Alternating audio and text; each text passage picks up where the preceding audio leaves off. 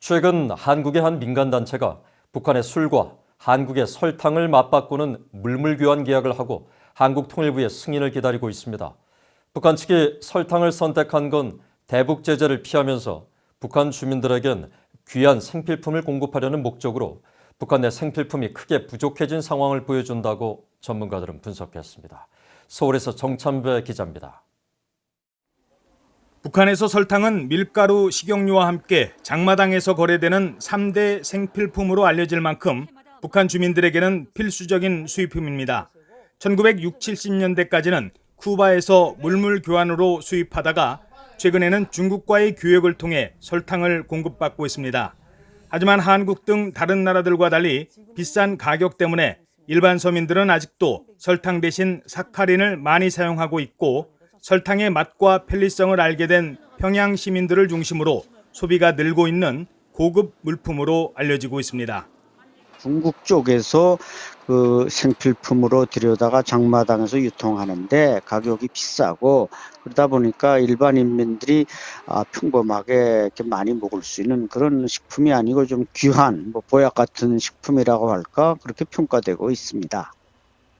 한국의 남북경총 통일농사협동조합은 최근 북한의 개성고려인삼 무역회사 등과 지난 6월 말 개성고려인삼술, 들쭉술 등 35종의 술 1억 5천만 원가량을 한국 내 설탕 167톤과 맞바꾸는 물물교환 계약을 체결했다고 밝혔습니다. 한국의 수많은 물품들 가운데 설탕을 교환하기로 한 것은 북한의 생필품 부족 현상이 심각하다는 것을 보여주는 반증이라고 한국 내 전문가들은 분석했습니다. 신종 코로나 바이러스의 영향으로 중국과의 교역이 중단되고 외화가 고갈돼가는 상황에서 설탕 부족 현상이 심각해졌다는 것입니다. 또 설탕은 대북 제재 대상 품목이 아닌 만큼 북한 측이 물물 교환 품목으로 설탕을 요구했을 가능성이 높다는 분석입니다. 북한 장마당에서 이 설탕, 식용유, 밀가루 이 3대 생활 필수품이 품귀 현상이 지금 일어나고 있다는 전언이거든요. 그렇기 때문에 설탕 같은 경우에는 지금 북한에게 매우 절실한 품목이라고 볼 수 있어요. 한국통일부는 최근 물물 교환 방식을 통한 설탕 반출입 승인을 적극 검토하면서 북한 측의 금강산 물과 백두산 물, 대동강 술을 한국 측의 쌀이나 의약품과 맞바꾸는 방안도 모색하고 있습니다.